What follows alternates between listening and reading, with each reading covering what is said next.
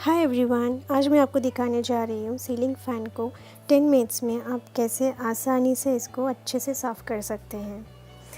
इसके लिए मैंने अपने फ़ैन के ऊपर डस्ट को बहुत महीनों से जमा करके रखा है आपको दिखाने के लिए। आपको चाहिए एक पुराना पिलो कवर, सोप वाटर उसमें एक क्लॉथ डुबाने के लिए एंड एक ड्राई क्लॉथ, ये ऑप्शनल है।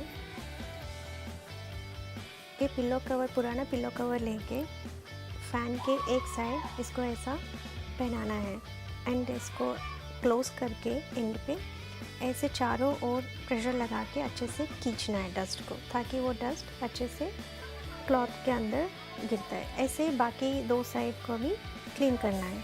ऐसे अच्छे से जितना प्रेशर आप डाल सकते हैं उतना चारों ओर डाल के ऐसा खींचना है।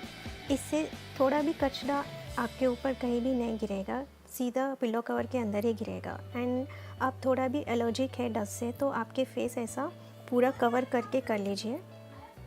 एंड आप देख सकते हैं कितना कचरा कलेक्ट हो गया है पिलो कवर के अंदर ही, एंड बाहर कुछ भी नहीं गिरा है।